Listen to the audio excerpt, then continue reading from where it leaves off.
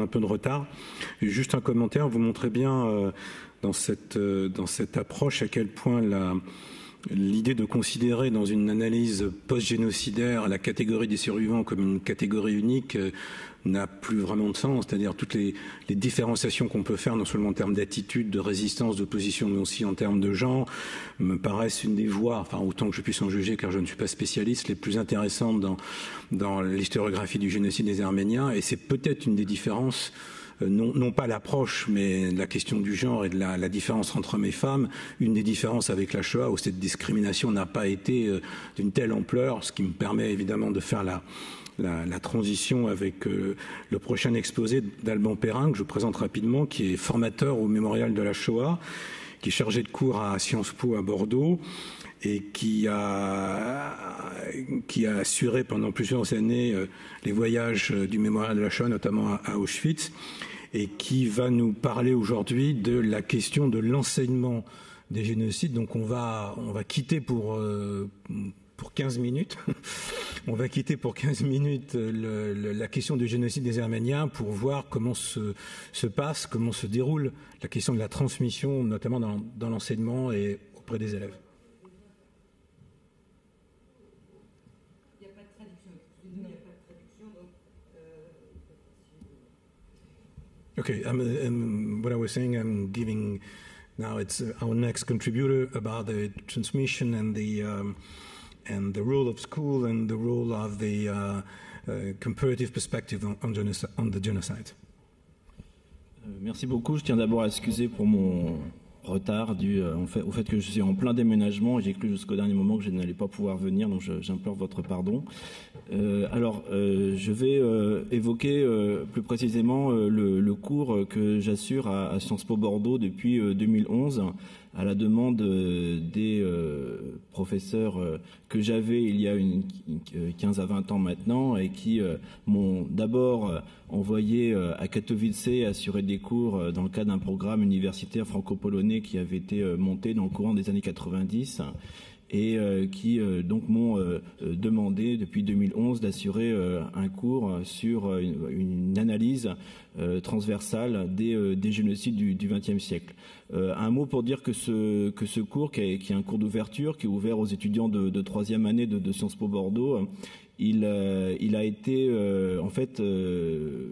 mis dans le cursus des enseignants, proposé aux étudiants plutôt, à la demande des étudiants eux-mêmes et en particulier, ça ne vous étonnera pas, d'un petit groupe d'étudiants arméniens très actifs qui souhaitaient qu'il y ait un cours proposé sur la question des génocides. Déjà en 2008, il y avait eu une table ronde organisée et animée par des étudiants sur la question de l'histoire et de la mémoire des génocides du XXe siècle. Et différentes initiatives qui avaient été organisées. Alors ce cours donc que j'assure à Sciences Po Bordeaux, le directeur de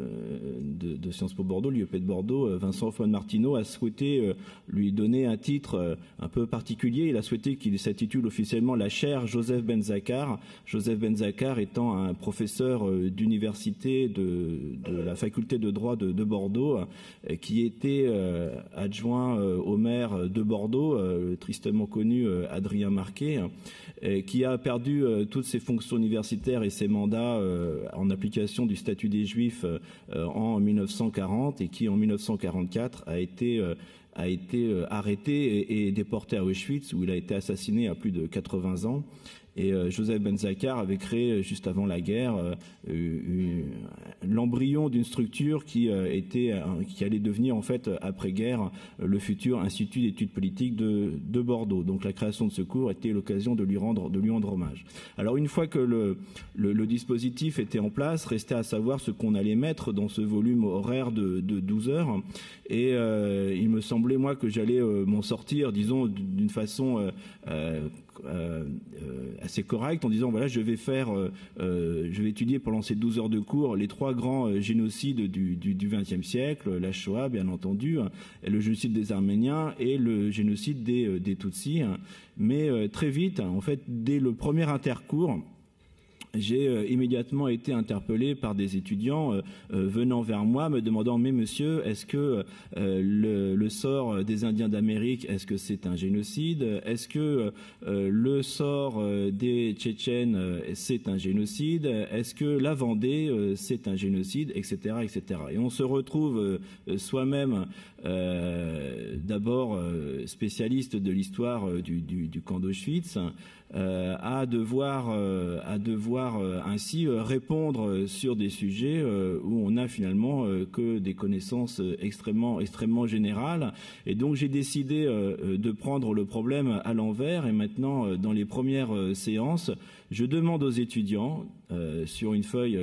de me donner leur définition du terme génocide et de m'inscrire les termes, enfin les événements du XXe siècle qui, selon eux, relèvent de cette définition. Et on a parfois des surprises assez intéressantes lorsqu'on découvre des étudiants russes mettant que les Russes en Tchétchénie ont été victimes d'un génocide. Alors, authentique, et les Serbes aussi en ex-Yougoslavie. Bref. Donc, on se retrouve très vite confronté à quelque chose auquel on ne s'attend pas, c'est que le terme génocide, qui paraît très bien défini, puisqu'on a cette définition juridique de 1948, et son importation dans les sciences sociales se révèle très vite problématique, et faire un cours qui s'appelle comme ça un peu naïvement, je dirais presque, analyse comparée des génocides du XXe siècle, c'est ouvrir en réalité une véritable boîte de Pandore. Alors pour en revenir aux questions d'enseignement et aux questions d'enseignement dans le second degré, peut-être vous souvenez-vous qu'à l'été 2011, il y avait eu une polémique dans la presse suite à une tribune de Claude Lanzmann s'inquiétant d'une directive qui n'a jamais existé, qui aurait interdit aux enseignants du second degré d'utiliser le terme Shoah dans leur enseignement. Ce à quoi le ministre de l'Éducation nationale de l'époque, Luc Châtel, avait répondu que si ce terme ne figurait pas explicitement dans les programmes, son usage ne posait aucune difficulté, et que lui-même, quelques mois auparavant, avait signé une convention avec le mémorial de la Shoah. Alors, ce qui est intéressant, c'est que en réponse à cette première tribune de Claude Lanzmann, il y avait ensuite un déferlement de tribunes et de papiers écrits dans la presse par les uns et par les autres, et notamment donc certains proposant de ne pas employer le terme Shoah qui relèverait de la mémoire, pour lui préférer le terme génocide qui lui serait neutre et juridiquement fondé. Alors le point de départ, une fois que j'ai, avec mes étudiants, d'abord relevé leur première réaction autour du terme génocide, c'est de revenir en fait sur cette opposition entre les termes génocide et Shoah, pour dire qu'à mon avis, justement, le terme génocide est un terme qui est au cœur, qui nous pose problème, parce que c'est un terme qui est aujourd'hui au cœur de multiples polémiques mémorielles, qui est au centre d'enjeux de mémoire extrêmement importants et douloureux pour les victimes, et que donc il n'y a pas lieu de l'opposer avec le terme Shoah, et que en revanche on peut aussi s'interroger sur les bases juridiques de ce concept, puisque nous connaissons tous la définition de 1948, qui est une sorte de définition tiroir, petit a, petit b, petit c, petit d, petit e. Et je sais que lorsque Yves Ternon intervient dans nos formations au mémorial de la Shoah, il ne manque pas de rappeler que, par exemple, le petit e, transfert forcé d'enfants d'un groupe à un autre groupe, signifie qu'il pourrait donc, en théorie, il y avoir un génocide sans qu'un seul de ces enfants soit tué, du moment qu'on arrive à prouver que des enfants ont été transférés de force d'un groupe à un autre dans le but de détruire ce groupe en tant que tel. Donc en théorie, sur un plan strictement de théorie juridique, il pourrait y avoir un génocide sans qu'il y ait de sang versé, si on s'en tient à la définition stricte de 1948. Ça nous renvoie donc à un problème essentiel, donc c'est l'importation de ce terme génocide dans les champs des sciences sociales. Et moi je propose plutôt de faire l'histoire du terme génocide et de montrer comment comment dire, il y a une sorte de fascination pour le droit qui serait voilà, quelque chose coulé dans le marbre, des catégories solides, alors que nous savons bien, nous sommes honteux dans les sciences sociales, nous n'avons que de demi-concepts à proposer, des choses qui s'effritent un peu facilement. Et au contraire, je pense qu'il faut retourner cette interrogation et montrer comment ce concept de génocide, il est né dans un contexte bien particulier, que sa définition juridique a été forgée par l'ONU en 1948 au tout début de la guerre froide, ce qui a entraîné par exemple l'exclusion des groupes sociaux et politiques de cette définition, et qu'on peut voir comment ensuite très vite de multiples usages du terme génocide ont été faits d'abord dans le contexte même de la guerre froide. Et aujourd'hui, il y a une sorte d'inflation dans l'emploi du terme génocide. On nous a parlé de génocide industriel à Florange, on nous parle de génocide économique en Grèce, et le dernier exemple que j'ai relevé, c'est dans le Charlie Hebdo du 18 mars, où un article d'Antonio Fichetti s'intitule « Daesh, le génocide archéologique ». Voilà, donc loin de moi l'intention de tirer sur Charlie Hebdo, c'est déjà fait, mais c'est un exemple de comment dire, d'inflation dans l'emploi du terme génocide, qui finalement brouille totalement la signification que pourra avoir ce terme. Donc le premier axe autour duquel est basé ce cours, c'est de s'interroger donc sur ces rapports entre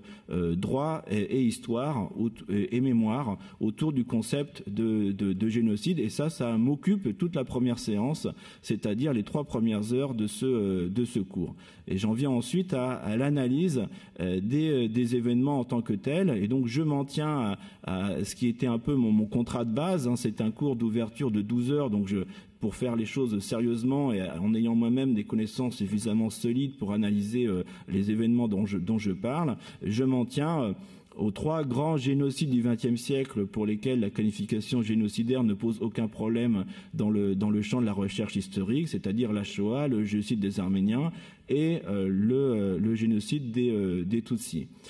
Et je ne m'interdis pas d'élargir la réflexion à d'autres exemples d'événements dramatiques du XXe siècle, tout en soulignant la singularité et les particularités de chacun de ces événements,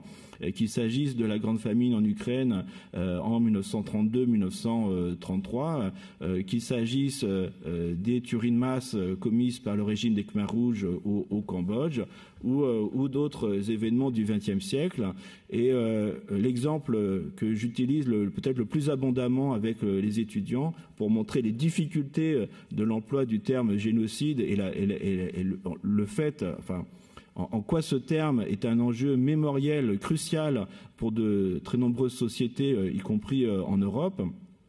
c'est bien entendu l'exemple de Srebrenica, où j'ai eu l'occasion de me rendre il y a 3 ans maintenant. Alors moi je venais d'une position très franco-française où on nous explique que bien évidemment Srebrenica ça n'est pas un génocide puisque on a tué tous les hommes, mais on a déplacé de force les femmes et les enfants vers les territoires conquis, qui étaient encore sous domination de l'armée de Bosnie-Herzégovine, et que le territoire était ouvert et que donc il ne faudrait pas donc confondre les mécanismes de purification ethnique entre guillemets, car ce terme lui-même mériterait d'être interrogé, et le terme de génocide. Le problème, c'est que quand vous arrivez là-bas, le terme génocide ne fait question là-bas pour personne. Voilà, il y a des chaires universitaires pour employer, sur la recherche sur les génocides qui incluent systématiquement l'espace ex-yougoslave. Et lorsqu'on va aujourd'hui à Srebrenica, plus précisément à Potocari, là où se trouvait la base des soldats néerlandais qui ont embrayé pour sauver les populations civiles, on est dans un lieu qui s'intitule aujourd'hui cimetière mémorial du génocide de Srebrenica à Potocari, et vous avez d'autant moins l'envie de contester la qualification génocidaire du crime que vous découvrez des tombes de gens qui ont votre âge, que vous vous souvenez qu'en juillet 1995, vous aviez 20 ans et que vous faisiez la fête avec vos amis, hein, et que pendant ce temps-là, des gens qui étaient nés en même temps que vous se faisaient massacrer parce qu'ils étaient musulmans à Srebrenica. Et que de l'autre côté de la route, voilà, entre la base de l'ONU, maintenant de l'autre côté, il y a ce cimetière, hein, où sont enterrés les restes identifiés des victimes de Srebrenica. Donc un terme, hein, une interrogation sur ce terme même, hein, qui occupe une grande part du cours. Alors ce qui m'intéresse, une fois qu'on a interroger le concept lui-même de génocide, c'est de voir, c'est non pas de se dire mais est-ce que les Indiens d'Amérique c'est un génocide, est-ce que Srebrenica c'est un génocide, est-ce que le Cambodge c'est un génocide, mais d'essayer d'analyser les processus. Et ça donc je quitte le droit pour en venir à l'histoire, c'est-à-dire essayer de voir d'un événement à l'autre quelles sont les passerelles et quelles sont les singularités. Et je sais que cet après-midi, d'autres intervenants reviendront sur les singularités de tel et tel événement, Hélène Dumas en particulier sur l'implication des enfants et des jeunes adolescents dans la perpétration des génocides des Tutsis au Rwanda en 1994. Mais au-delà de ces singularités, on peut constater un certain nombre de phénomènes extrêmement intrigants dans le fait que le génocide des Arméniens, le génocide des Juifs et le génocide des Tutsis ont été perpétrés à des époques différentes sur des continents différents, mais qu'on retrouve évidemment, des mécanismes dans l'identification la constitution d'identités meurtrières, dans la mise en place donc d'une idéologie qui va cibler un groupe comme une menace pour la survie de l'ensemble du groupe, et puis dans un contexte de guerre à chaque fois, un basculement progressif vers une logique meurtrière qui va à un moment donné basculer dans un massacre généralisé de tous les membres d'un groupe. Bon, je trace à grands traits parce que je voudrais avoir le temps encore de dire un dernier mot. Droit, histoire, sciences politiques, puisque donc ce cours est assuré dans un institut d'études politiques, et que le dernier point, c'est bien évidemment le rôle de l'État dans ces processus. Voilà, on se gargarise souvent de formules un peu creuses. En particulier lorsqu'on parle des nazis, on nous parle de la barbarie nazie, mais les barbares ne font pas de fiches. Les barbares ne distribuent pas des cartes d'identité avec la mention de l'ethnie. Donc ces phénomènes de génocide doivent être analysés comme des politiques publiques, comme des politiques menées par un État et ses institutions, en s'interrogeant par exemple sur le rôle des fonctionnaires dans la mise en place de ces génocides. Et lorsqu'on organise des formations pour des enseignants et qu'on écarte cette question de la barbarie pour montrer que les génocides sont des crimes qui nous concernent parce que ce sont des crimes modernes qui n'ont été possibles que parce que ceux qui les ont commis étaient à la tête d'un État, évidemment on se retrouve dans une position beaucoup moins confortable, y compris pour les enseignants qui viennent nous voir, à qui on ne manque pas de rappeler que eux aussi sont fonctionnaires. Voilà. Et donc trois idées dans ce cours de troisième année à l'IEP de Bordeaux sur l'enseignement des génocides du XXe siècle. Interroger le concept de génocide lui-même, concept à cheval entre le droit et les sciences sociales, et lié à de multiples enjeux mémoriels. Intégration historique pour montrer les processus, mais la singularité aussi de chacun de ces événements, et interrogation, je dirais donc de sciences politiques, de sociologie de l'État, pour montrer quel est le rôle spécifique des institutions centrales dans la perpétration de ces crimes. Et j'espère ne pas avoir trop débordé. Merci.